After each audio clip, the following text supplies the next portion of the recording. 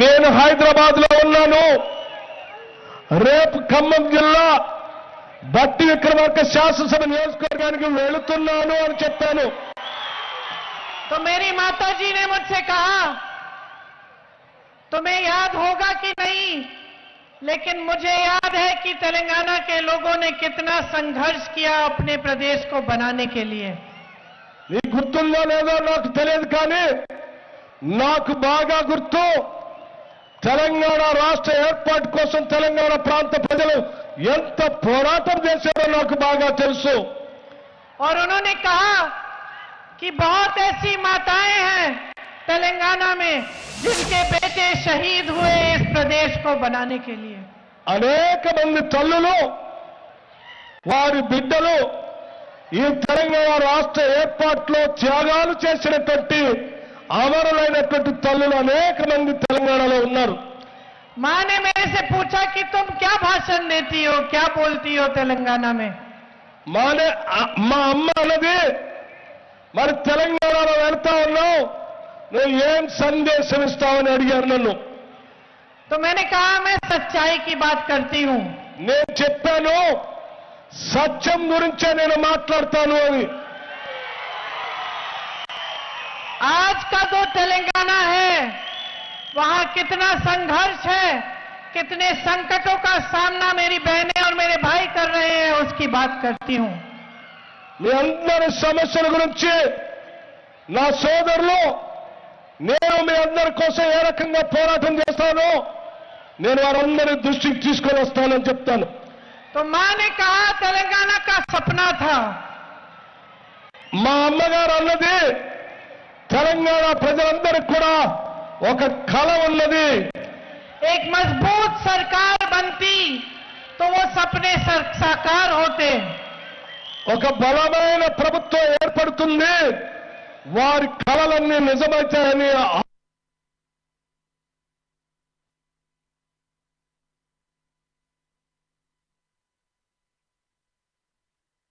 అన్నది. తెలంగాణ ప్రజలందరికీ కూడా ఒక కళ ఉన్నది. एक मजबूत सरकार बनती तो वो सपने साकार होते। ఒక బలమైన ప్రభుత్వం ఏర్పడుతుంది, వారి కళలన్నీ నిజమవుతాయని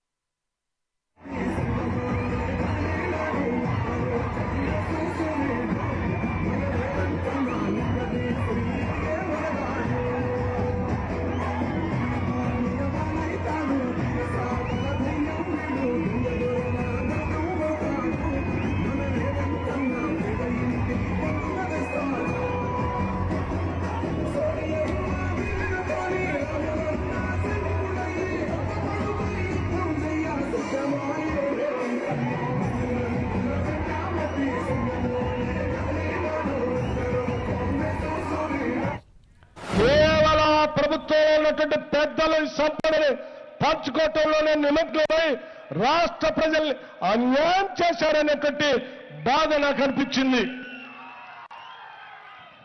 आजाद भारत की जो राजनीति में जो परंपरा है वो महात्मा गांधी जी ने शुरू की। రాజనీతిలో ఒక విధానము, ఒక సిద్ధాంతం ఉంది. అది మన మహాత్మా గాంధీ గారు మొదలుపెట్టారు. महात्मा गांधी के बाद कांग्रेस के जितने भी नेता रहे, चाहे वो जवाहरलाल नेहरू जी थे, शास्त्री जी थे, इंदिरा जी थी, राजीव जी थे, सोनिया जी, मनमोहन सिंह जी, जितने भी नेता रहे वो एक बात को बहुत अच्छी तरह समझते थे। మహాత్మా గాంధీ గారి తర్వాత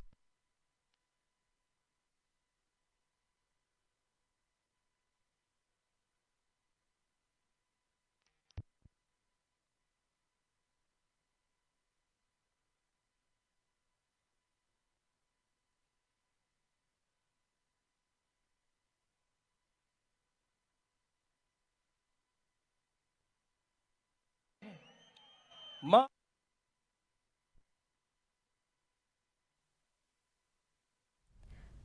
మధిరలో ప్రియాంక గాంధీ భట్టి విక్రమార్కకు ఎన్నికల ప్రచారంలో పాల్గొని పాదయాత్ర చేశారు. అదేవిధంగా రాహుల్ గాంధీ కాశ్మీర్ నుంచి కన్యాకుమారి వరకు పాదయాత్ర చేశారు. ప్రజలతో మమేకమయ్యారు. తాము ఇస్తున్న గ్యారంటీని అన్నింటినీ అధికారంలోకి వచ్చాక ఖచ్చితంగా నెరవేరుస్తామంటున్నారు ప్రియాంక గాంధీ. తెలంగాణ ఆకాంక్షలు నెరవేర్చే ప్రభుత్వం మాది అంటున్నారు. మనం ప్రస్తుతం మధిరలో కాంగ్రెస్ ఎన్నికల ప్రచార సభలో ప్రియాంక గాంధీ పాల్గొన్నారు. ఇప్పుడు లైవ్ చూస్తున్నాం.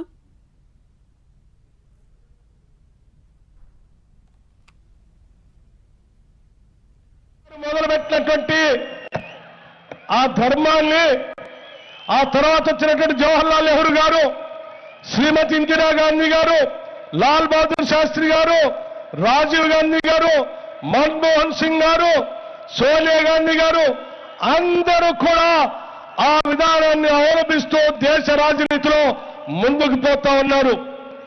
और वो एक बात जो ये सब नेता समझते थे वो ये है कि इस देश में जनता सर्वोपरि है, जनता से बड़ा कोई नहीं है.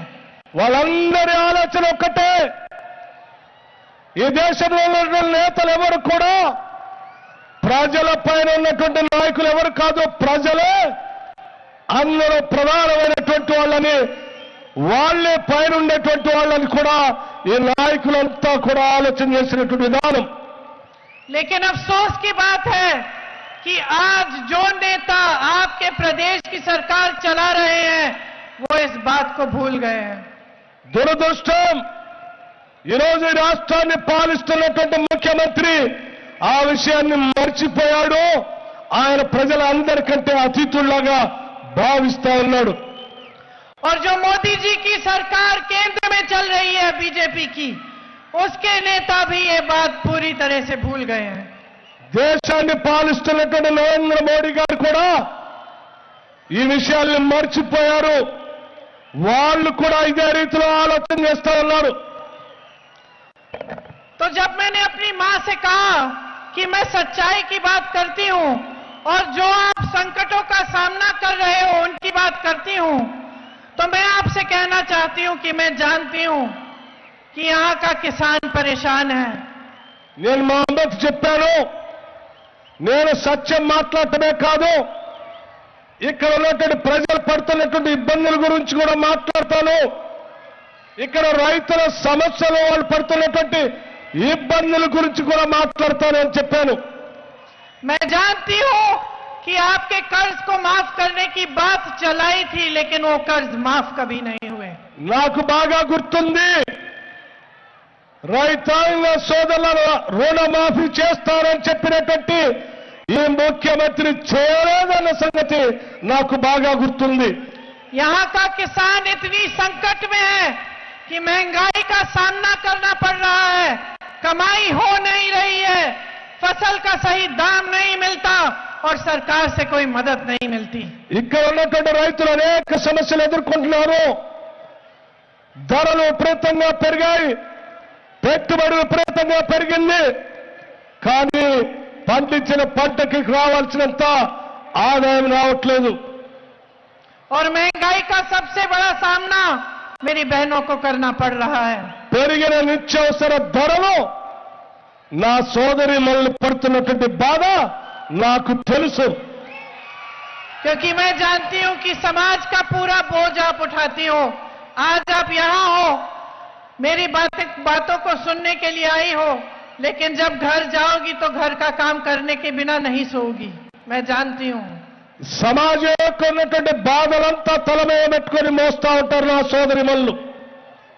కానీ ఈరోజు నేను ఇక్కడ మాట్లాడటానికి వస్తే నా మాటలు వినటానికి వచ్చారు, చాలా సంతోషం.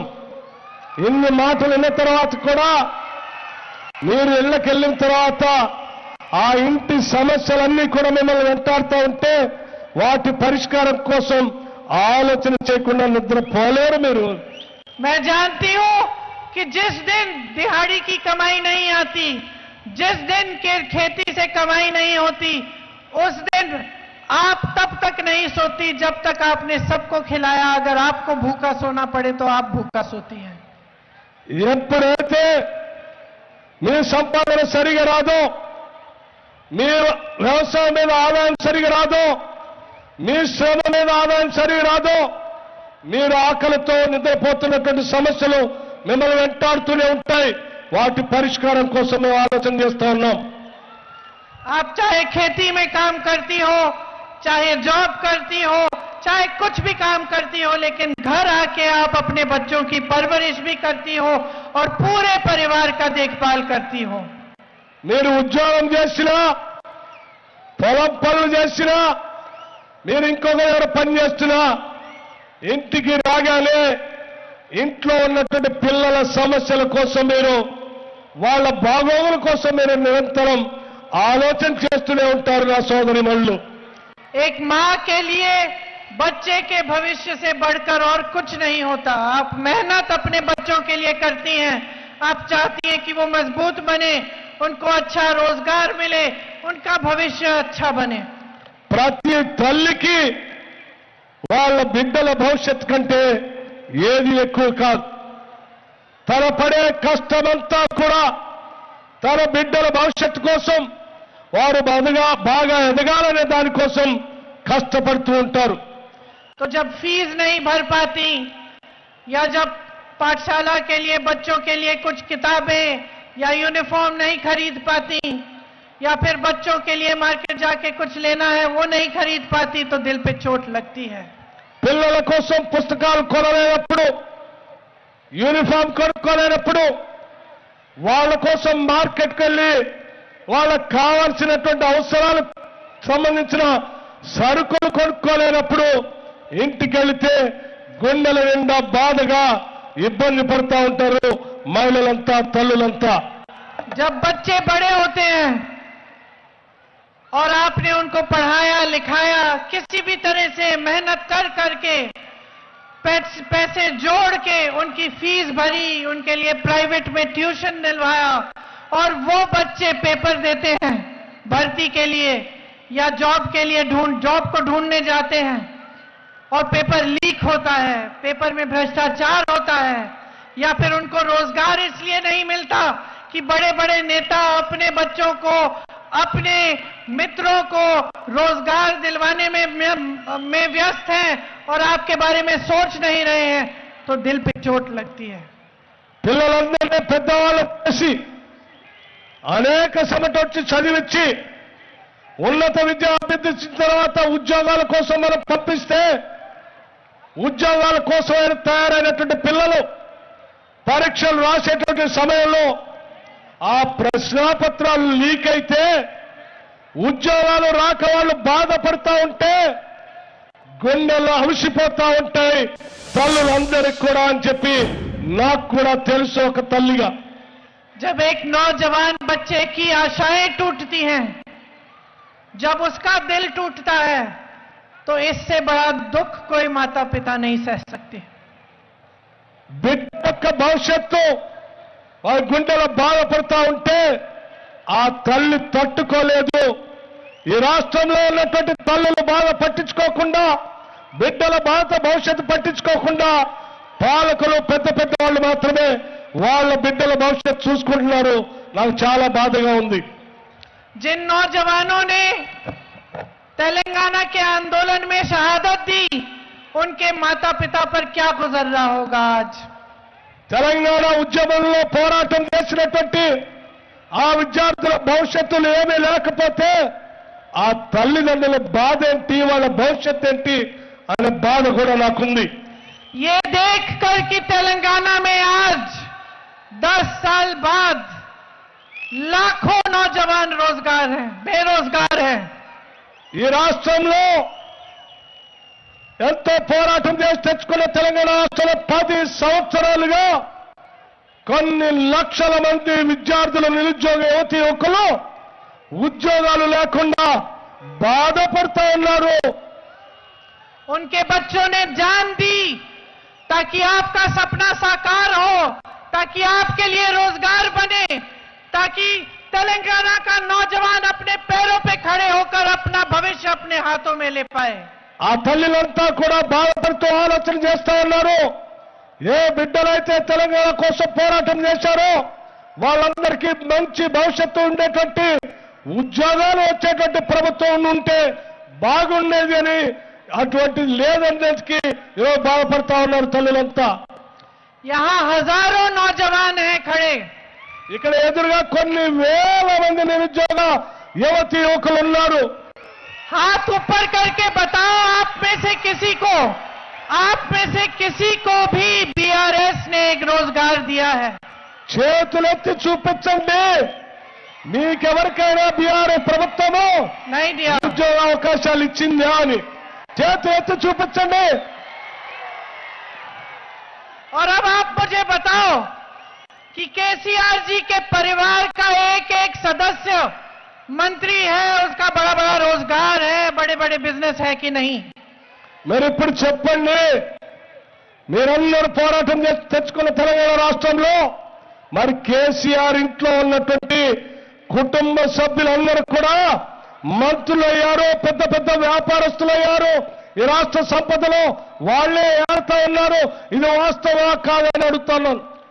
आपके प्रदेश में जितने भी बड़े बड़े प्रोजेक्ट हैं उनमें घोटाला भ्रष्टाचार हुआ है कि नहीं? ఈ రాష్ట్రంలో ఎక్కడెక్కడైతే పెద్ద పెద్ద ప్రాజెక్టులు ఉన్నాయో ప్రతి ప్రాజెక్టులో కూడా అవినీతి ఒక పెద్ద స్కామ్ ఉందని చెప్తా ఉన్నాను. हजारों करोड़ रुपए आपसे लूटे गए हैं. आपको छोटा सा छोटे से छोटा काम चाहिए, आप कहीं जाते हैं आपसे घूस मांगी जाती है, कमीशन मांगा जाता है. వేల కోట్లు దోపిడీ చేశారు. ఆ వేల కోట్లు దోపిడీ చేయటం వల్ల కమిషన్ల రూపేణా భారీగా దోపిడీ చేయటం వల్లే మనెవరికి ఏమీ రాకుండా పోయిందని బాధ అనిపిస్తా ఉంది. और बीआरएस के नेताओं के बड़े बड़े महल हैं, बड़े बड़े फार्म हाउस हैं जिनमें से वो निकलते ही नहीं है, आपके बीच चलते ही नहीं है. यहाँ हमारे नेता पूरे प्रदेश भर में यात्रा करके निकले, आपके बीच आए. बताइए उनके कोई नेता ने ऐसे किया है? బీఆర్ఎస్ ప్రభుత్వానికి సంబంధించిన నాయకులందరూ కూడా వందల ఎకరాల్లో ఫామ్ హౌస్లు ఉన్నాయి. ఆ ఫామ్ హౌస్ లో పడుకొని ఉంటున్నారు. వాళ్ళు ప్రజల సమస్యల కోసం బయటికే రారు. వాళ్ళందరూ అందులోనే పడుకొని ఉంటారు. కానీ ఇక్కడ ఉన్నటువంటి బట్టి విక్రమార్క లాంటి కాంగ్రెస్ నాయకులు వందల కిలోమీటర్ల పాదయాత్ర చేసి ప్రజల సమస్యలు తెలుసుకున్నారు. వాళ్ళు మాత్రం బయటికి రారు అని చెప్తున్నారు. इनकी नीतियां भी सही नहीं है. इनकी नीतियों से सिर्फ बड़े बड़े उद्योगपति और इनके नेता अमीर होते चले जा रहे हैं और जनता गरीब होती चली जा रही है. వీళ్ళ ఆలోచనలు, వీళ్ళ సంబంధించినటువంటి పెద్ద పెద్ద వాళ్ళు పెద్ద పెద్ద బౌండ్ జాతి సంస్థల్లాగా వ్యాపారస్తులతో కోటీశ్వరులు అవుతున్నారు, లక్షాధికారులు అవుతున్నారు, పెద్ద పెద్ద ధనవంతులు అవుతా ఉన్నారు. ప్రజలు మాత్రం పాపం పేదవాళ్ళు ఇంకా పేదవాళ్ళు అవుతా ఉన్నారు. इनकी नीतियां ठीक नहीं है और इनकी नीयत भी ठीक नहीं है. बहनें, जब बेटी की शादी तय करनी है और लड़का आता है तो सबसे पहले क्या देखते हैं हम देखते हैं इस लड़के की नीयत ठीक है कि नहीं. देखते हैं ना. ఇతని ఆలోచన బాగలేదు, ఇతని బుద్ధి బాగలేదు వీళ్ళది. చూడండి తల్లి, మన ఇంట్లో ఏదైనా సంబంధం చూడటానికి వచ్చినప్పుడు ఆ సంబంధం చూడటానికి వచ్చినటువంటి వాళ్ళు ఏం చూస్తారంటే ఈ ఇంటి వాళ్ళ బుద్ధి సరిగా ఉందా, వీళ్ళు నీతిమంతులా కాదా అని చూస్తారు. तो नेताओं में भी सबसे बड़ी चीज यही होती है, नियत क्या है. నాయకులకు కూడా సంబంధించింది అన్నిటికంటే ముఖ్యమైనది వీళ్ళ నీతి అంటే, వీళ్ళ బుద్ధి అంటే అనేది అత్యంత ప్రధానమైంది అని చెప్తా ఉన్నాను నేను. अंदर से क्या है.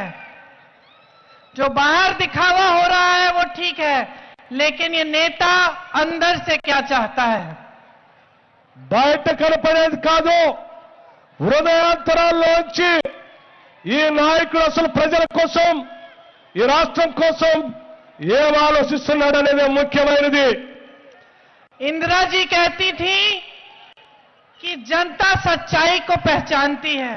ఇందిరాగాంధీ గారు చెప్పేవాళ్ళు ప్రజల సత్యాన్ని ఎప్పుడు గుర్తిస్తూనే ఉంటారు.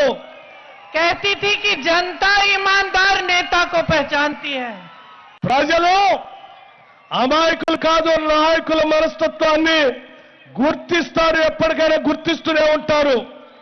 कहती थी कि जनता नेता की नीयत पहचानती है।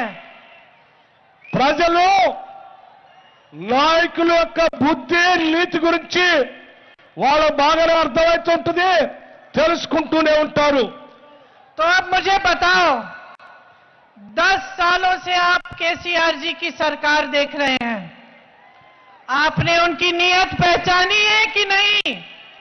మరి ఇప్పుడు మీరు చెప్పండి, 10 ఏళ్ల నుంచి రాష్ట్రాన్ని పాలిస్తున్నటువంటి కేసీఆర్ బుద్ధి మీకందరికీ అర్థమయ్యే ఉంటుంది, గుర్తించే ఉంటారు. किसी भी हालत में सत्ता में रहना है, ఎట్టి పరిస్థితుల్లో కూడా ఎన్నికల్లో ఉండాలనేది తప్ప వేరే ఆలోచన లేదు. सत्ता में रहकर अपने लिए, अपने परिवार के लिए, अपने नेताओं के लिए जितनी संपत्ति इकट्ठी कर सकते हैं उतनी करनी है।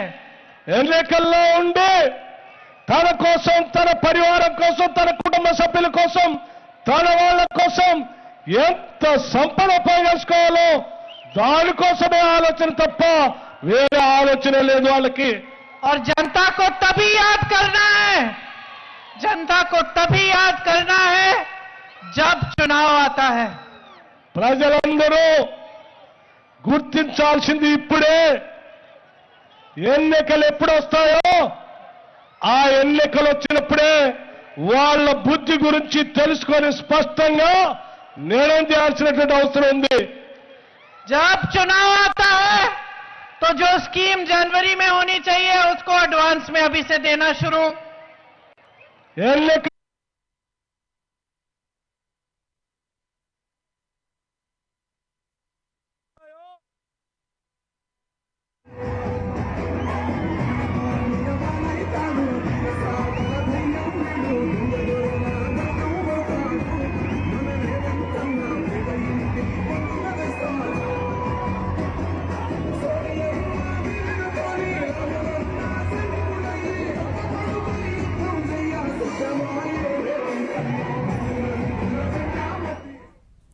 రైతులకు మద్దతు ధర కల్పిస్తామని అది ఇవ్వలేదని, రైతు రుణమాఫీ చేస్తామని బీఆర్ఎస్ ప్రభుత్వం అది చేయలేదని, పేపర్ లీకేజీలతో ఉద్యోగాలు రాక అభ్యర్థులు బాధపడుతున్నారంటూ ప్రియాంక గాంధీ తెలంగాణలో మార్పు రావాలి అంటే కాంగ్రెస్ రావాలి అంటూ ఇప్పటివరకు మాట్లాడడాన్ని లైవ్లో చూసాం.